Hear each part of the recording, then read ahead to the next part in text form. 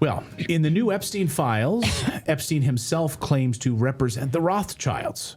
And the pedophile sex offender also treated the 2014 CIA-backed coup in Kiev, Ukraine, as a lucrative business opportunity, according to the newly released Epstein documents. Here is that email to Peter Thiel of Palantir. He says, certainly not in Saudi. Just think I will avoid the Middle East for the next decade or so.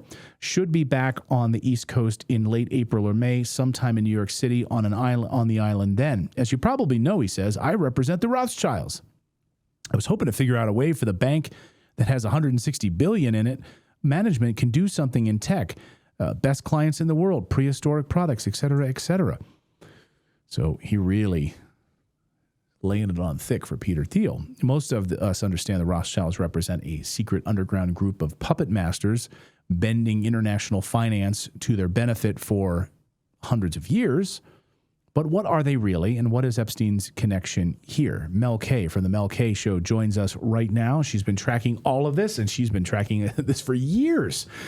And you must feel a little vindicated, Mel, seeing this in print inside of these documents. Yeah, I mean, it's just, I hope that the American people are having their eyes open to the idea that a supranational international banking cartel has been running our country and, frankly, the world since World War II, and that the American taxpayer have essentially been paying for all of this. And what I see when I see all of these documents is, again, a very small club. It seems to be generational wealth that is passed on. Most of the people involved have been involved since the Federal Reserve. And as far as what has come out about the Rothschilds, we knew that because he had Ariana Rothschild was obviously close with him. But him bragging about it should also sound off the alarms, because what I really think we need to do is to start asking questions about the international banking system, particularly the Bank of International Settlements, the IMF, the World Bank, and the groups that are at the very top. Because right now, still, as far as I can see, all of these institutions still have immunity from the International Immunities Act of 1945 that created immunity, the inability to look into, audit, or anything legal with the Bank of International Settlements and 63 banks underneath that. That is still in place to this day, and I believe that that is where the answer to the Rothschild banking dynasty lies.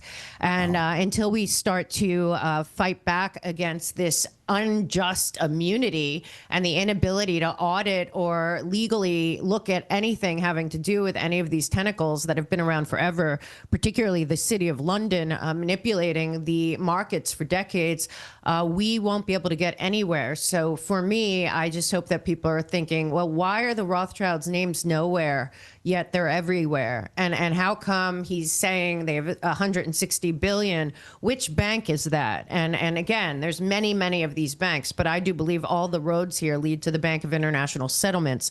Also very interesting was that he, in those documents, Ariana, I think Rothschild, is saying that they funded Hitler. And then of course, Epstein's like, yeah, so did we, and this goes back to what it's all about is like, okay, infiltration instead of invasion. What are we talking about here? Has all of this been a fraud? These endless wars for profit? Is it really true? And frankly, I think it is. Yeah, no, you hit on the real.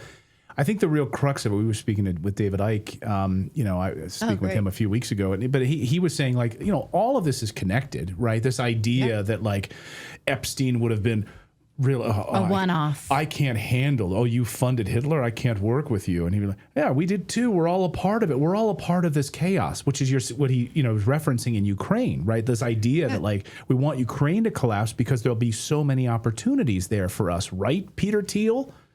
Right. And then he said later, if you saw when he was talking to Steve Bannon, he basically said, we just manipulate finance and make it look confusing and make it look like the layman can't understand it. But really, it's very simple. I mean, the level of elitism, first of all, he didn't come from that world. That is not true. He didn't grow up rich. I don't know how. I think he got pulled in by Ace Greenberg. But going back to all of this, the one thing that we have to understand is that I don't believe after the Dulles brothers, after World War II, I believe that John Foster Dulles and Allen Dulles took the State Department, USAID, the CIA, and all of it and created a tentacle of the supranational global public-private partnership / international banking cartel. So for me, I really think that all of this leads back to post-World War II manipulation, like I said, the immunity that they all gave themselves. Also, the UN is now going broke. That'll be a real a stress test for this international, supranational control grid that has been going on. And I really believe also in there you have a lot of stuff about the pandemic.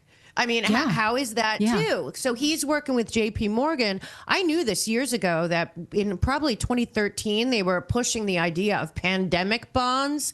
And we were like, what is that about? But now it turns out that he was talking about that with JP Morgan. Then you see the JP Morgan banker and Jess Staley, goes to Barclays. He gets to continue working in that field. It just really seems to me, well, I don't believe that. First of all, the CIA and MI6 are different. I think that they're both tentacles of the same thing. So, like, deciding who he works for, probably the Mossad's under them as well. Again, I just think that there's a supranational structure that was built out of World War II that is still functioning to this day, even though it's on its last leg, and that's who these people's allegiance and alliance is to think that it's to the U.S. or Russia or Israel or China doesn't compute to this level of people that are running this international banking cartel. They can freeze your bank accounts. They can shut off your cards. They can lock you out of your own money overnight. Banks don't protect you. They control you. That's why real financial freedom starts with ownership. And we wanted to introduce Rumble Wallet, a non-custodial wallet built for people who refuse to give up control. With Rumble Wallet, you don't just buy digital currency like Bitcoin and Tether. You can own Tether Gold, real gold on the blockchain. And through Tether Gold, you can actually get direct ownership of physical gold bars, each one fully allocated, verifiable by a serial number, purity and weight right there on the blockchain. This is real gold. This is not an IOU. And the wallet is yours forever. You can buy, sell, move 24 hours a day, 7 days a week. I don't know if you saw, I just looked at gold prices, almost at $5,000 an ounce as we speak right now. And I saw an estimate that said $8,000 could be coming very soon. Saw that today, actually. So when you support creators on Rumble, you can actually tip them directly using your Rumble wallet, peer-to-peer and outside the banking system. So check it out today. Go to wallet.rumble.com today.